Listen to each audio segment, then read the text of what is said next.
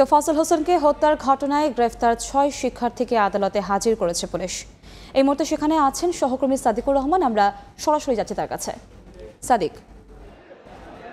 হ্যাঁ, ঢাকা বিশ্ববিদ্যালয়ের এফএইচ হল অর্থাৎ ফজলুল হক হলে যে একজন যুবককে তোফাজ্জল হোসেন নামে একজন যুবককে পিটিয়ে হত্যা করা হয়, সেই ঘটনায় কিন্তু শাহবাগ থানায় একটি মামলা দায়ের করা হয়েছিল বিশ্ববিদ্যালয় প্রশাসনের পক্ষ থেকে, এবং সেই মামলায় কিন্তু ৬ জন শিক্ষার্থীকে গ্রেফতার করা হয় এবং সেই শিক্ষার্থীদেরকেই আজকে প্রায় বলা যায় ঘণ্টাখানেক আগে কিন্তু আদালতের প্রথমে গারদখানায় অর্থাৎ হাজতখানায় এনে আনা হয় এবং এই মামলায় কিন্তু তাদেরকে কোনো রিমান্ডের আবেদন করা হয়নি। যেই ফরওয়ার্ডিংটি অর্থাৎ শাহবাগ থানার একজন সাব ইন্সপেক্টর যিনি এই মামলার তদন্ত কর্মকর্তা, তিনি কিন্তু আসলে যে ফরওয়ার্ডিং অর্থাৎ যে আবেদনটি করেছেন সিএমএম বরাবর অর্থাৎ চিফ মেট্রোপলিটন ম্যাজিস্ট্রেট বরাবর, সেখানে বলা হয়েছে যে তাদেরকে প্রাথমিক জিজ্ঞাসাবাদ করে কিন্তু তারা স্বীকার করেছে ঘটনা সম্পর্কে এবং এই জন্যেই কিন্তু আপাতত রিমান্ডে নেওয়ার প্রয়োজন নেই, কিন্তু তাদেরকে এই আবেদনে বলা হয়েছে তাদেরকে যেন জেলখানায় আটকে রেখে বিচার করা হয়। কারণ হচ্ছে যে এই আসামিরা যদি জামিন পায় সেক্ষেত্রে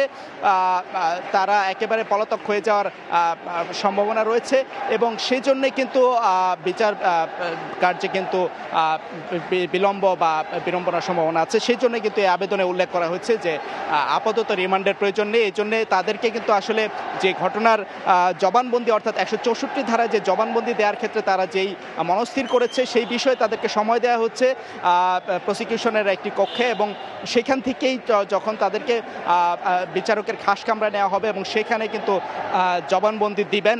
আমরা এখন পর্যন্ত এটুকু জানি যে অপেক্ষমান রয়েছে যে তারা স্বীকারোক্তিমূলক জবানবন্দি দিবেন যে তাদেরকে যে পিটিয়ে যে হত্যা করা হয় সেই তোফাজ্জল হোসেনকে তারা যে কারা কারা জড়িত ছিল এবং কিভাবে ঘটনাটি ঘটেছে এই বিষয়টি কিন্তু তুলে ধরা হবে, সেই জন্যই কিন্তু অপেক্ষমানে রাখা হয়েছে এবং তাদেরকে এই পর্যায়ে রয়েছে। আসলে ঘটনাটি যেটা ঘটেছিল এটা আসলে উল্লেখ করা হচ্ছে যে গত বুধবার কিন্তু এই ঘটনাটি ঘটে রাতের বেলায় ফজলুল হক মুসলিম হলে কিন্তু একজন তোফাজ্জল হোসেন নামে একজন যুবক তাকে কিন্তু চোর সন্দেহে কয়েক দফা পেটানো হয় এবং তাকে রাতের খাবার খাইয়ে কিন্তু পরে আবারও পিটিয়ে কিন্তু যখন ঢাকা মেডিকেল কলেজ হাসপাতালে ভর্তি করা হয় নেওয়া হয় তখন কিন্তু চিকিৎসক তাকে মৃত ঘোষণা করেন। এই ঘটনায় কিন্তু আসলে মামলা দায়ের করা হয়েছে এবং সেই মামলাতেই ঢাকা বিশ্ববিদ্যালয়ের এই ৬ জন শিক্ষার্থীকে আসলে গ্রেফতার করা হয় এবং তারা এখনো পর্যন্ত আদালতে রয়েছেন।